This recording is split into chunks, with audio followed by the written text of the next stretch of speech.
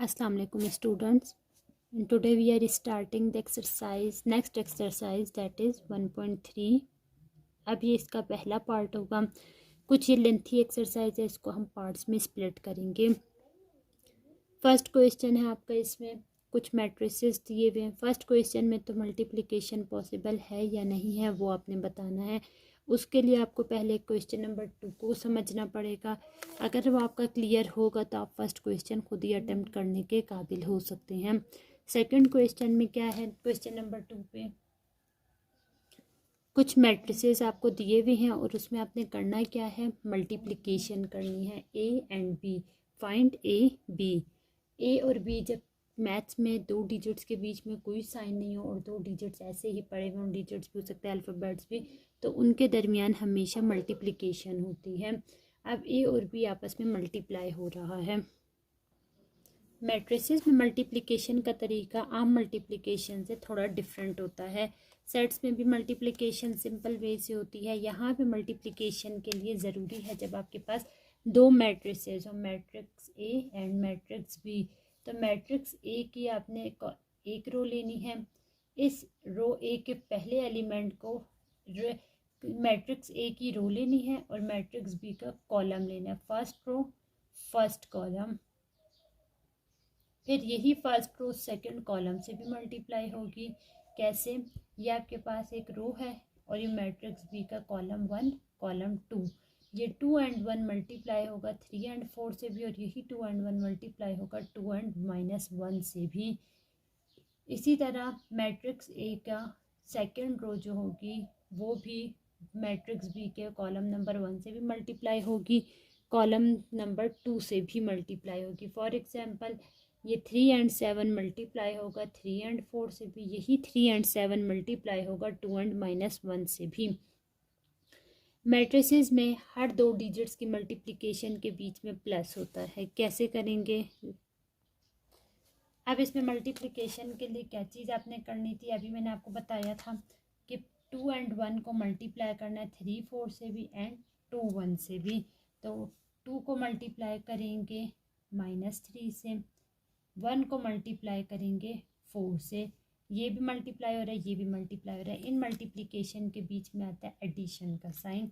फिर first row का काम हो गया फर्स्ट कॉलम के साथ, अब फर्स्ट रो का काम सेकंड कॉलम के साथ है। तो थोड़ा सा गैप लेंगे, 2 को मल्टीप्लाई करेंगे 2 से, 1 को मल्टीप्लाई करेंगे -1 से। दो वैल्यूज़ मल्टीप्लाई हो रही हैं और इनके बीच में रूल के मुताबिक प्लस आता है। ये मैट्रिसेस का रूल है, जनरल रूल मैथ्स का नहीं है। अब हमारे पास आता है second row. Second row multiply होगा फर्स्ट कॉलम से भी एंड सेकंड कॉलम से भी, जैसे ऊपर हुआ है। इस 3 को मल्टीप्लाई करेंगे -3 से भी, और यही 7 मल्टीप्लाई होगा 4 से भी, बीच में रूल के मुताबिक प्लस आएगा। फिर इसी तरह 3 मल्टीप्लाई होगा, 3 मल्टीप्लाइड बाय सेकंड कॉलम हमारे पास है 2, और ये 7 मल्टीप्लाई होगा -1 से, रूल के मुताबिक इनके बीच में आएगा प्लस। अब बेसिक चीज़ जो मल्टीप्लिकेशन में समझने वाला स्टेप है वो ये वाला स्टेप है। अगर ये स्टेप आपको क्लियर हो गया तो आपके लिए कोई भी मुश्किल नहीं है आगे काम करना। आगे सिंपल है, मैथमेटिक रूल है। 2 3 ज़ा 6 विद माइनस साइन, 4 1 ज़ा 4, बीच में प्लस हो गया, 3 3 ज़ा 9, 3 के साथ माइनस है इसलिए 9 के साथ भी माइनस आ जाएगा। 7 4 ज़ा 28, बीच में प्लस आ जाएगा। फिर गैप 2 2 ज़ा 4 प्लस 1 1 ज़ा 1 विद माइनस साइन, 3 2 ज़ा 6 प्लस 7 1 ज़ा 7 with minus sign.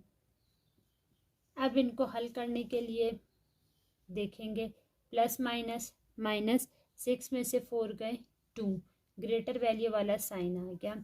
Plus minus minus, 28 में से 9 गए, 28 में से अगर 8 जाएँ तो 20, फिर 1 चले गए तो 19, ग्रेटर वैल्यू 28 है, 28 के साथ प्लस है तो आंसर में प्लस आ जाएगा। प्लस माइनस माइनस, 4 में से 1 गए 3 रिमेनिंग, ग्रेटर वैल्यू 4 है तो 4 के साथ प्लस है, आंसर में भी प्लस आ गया। प्लस माइनस माइनस, 7 में से 6 गए 1, ग्रेटर वैल्यू 7 है, माइनस था तो आंसर आ गया माइनस। यह आंसर आपका किसका आ गया है, A multiply by B. Next question इसी तरह है, B multiply by A. Same इसी तरह यहाँ पे आपने बी की वैल्यू को फर्स्ट पे रखना है, ए की वैल्यू को सेकंड पे रख के फर्स्ट मैट्रिक्स का हमेशा आपने रो लेना होता है। पहली रो मल्टीप्लाई होती है पहले कॉलम से भी और सेकंड कॉलम से भी मल्टीप्लाई होगी। इसी तरह आपके पास सेकंड रो जो होगी वो पहले कॉलम से भी मल्टीप्लाई होगी, सेकंड कॉलम से भी मल्टीप्लाई होगी, और दो दो डिजिट्स के बीच में प्लस है, फिर गैप, फिर दो डिजिट्स के बीच में प्लस है। फिर आपके पास नेक्स्ट क्वेश्चन है, आई होप सो कि आप कर सकेंगे, यकीनन कर सकते हैं। ए स्क्वायर है एंड बी स्क्वायर है। स्क्वायर जिस वैल्यू पर भी आता है या जो भी पावर आती है उस पावर का मतलब होता है अंदर वाली वैल्यू को उतने टाइम्स आपने मल्टीप्लाई करना है। पावर 2 है तो इसका मतलब है ए को आपने 2 टाइम्स मल्टीप्लाई, ए को 2 से मल्टीप्लाई अगर किया तो काम गलत हो जाएगा। ए को मल्टीप्लाई करना है ए से ही 2 दफ़ा। अगर आपके पास ये ए की पावर होती 4 तो ए 4 ज़ा आंसर गलत है।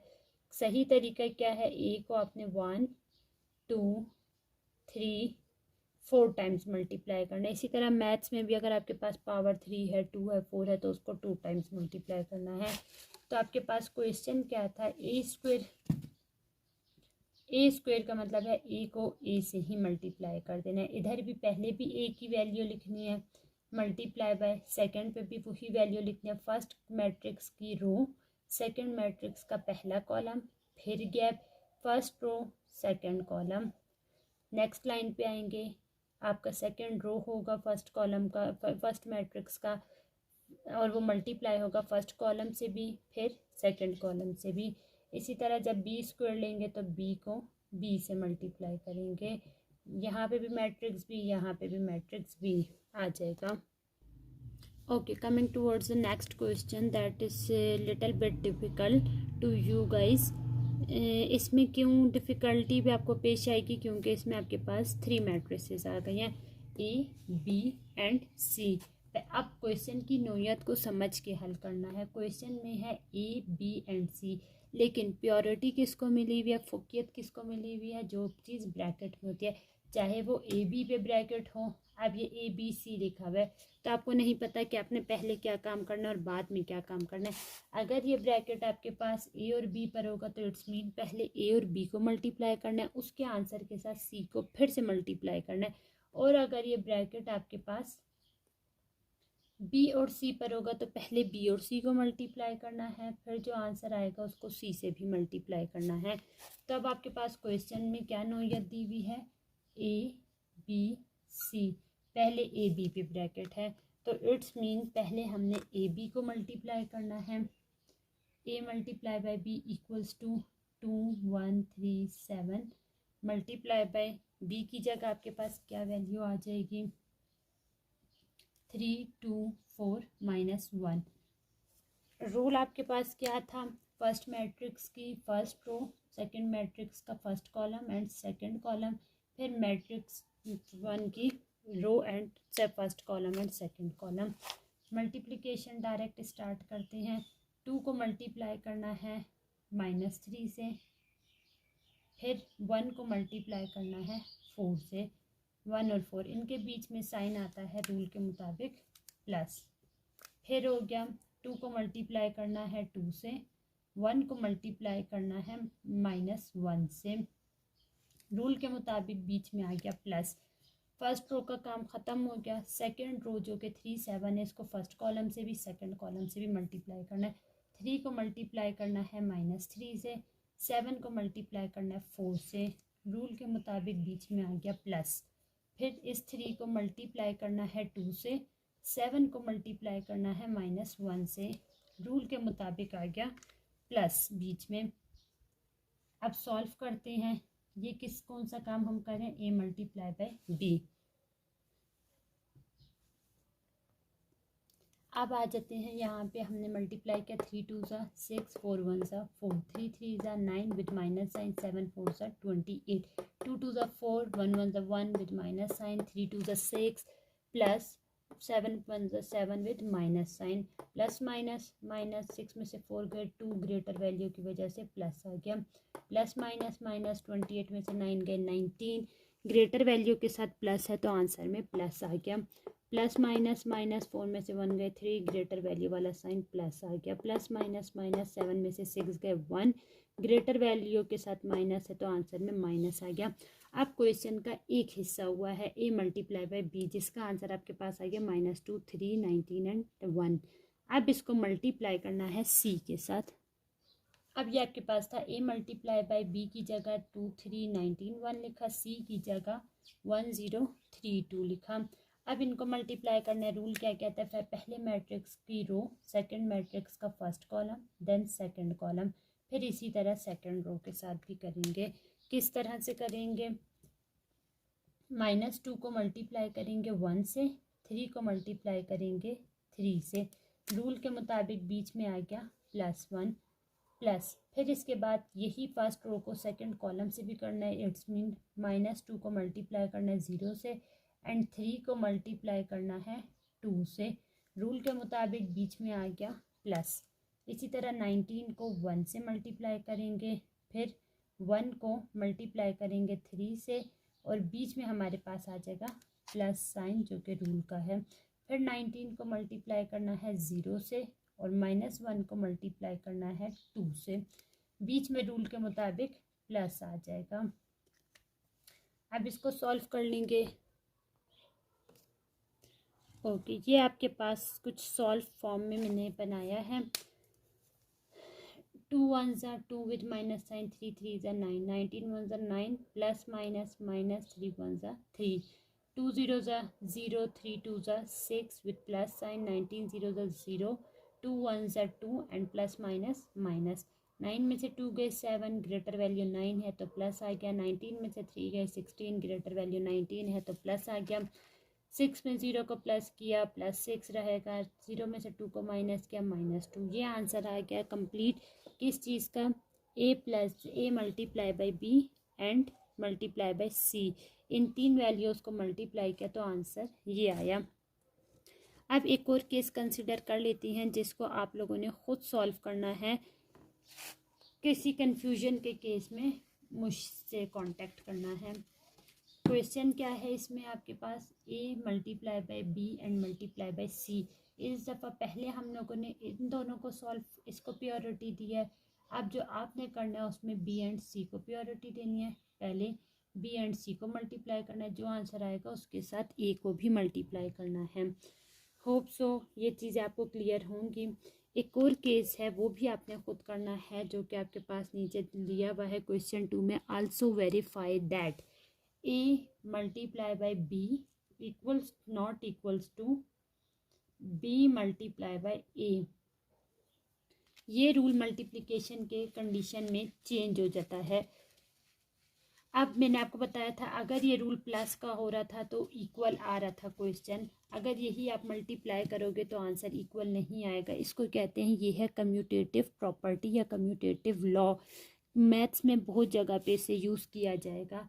अगर आप a को प्लस करो b से और b को प्लस करो a में तो answer will be same on both side, but in case of multiplication a multiply by b and b multiply by a should not be equals to each other.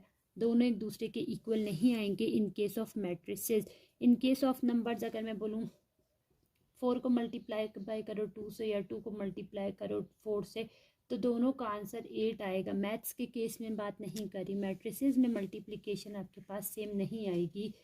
ये आप लोग करेंगे। जो चीज़ समझ नहीं आएगी आप मुझे कमेंट में सिर्फ क्वेश्चन नंबर मेंशन करेंगे, देन आई विल परफॉर्म और solve you for you people.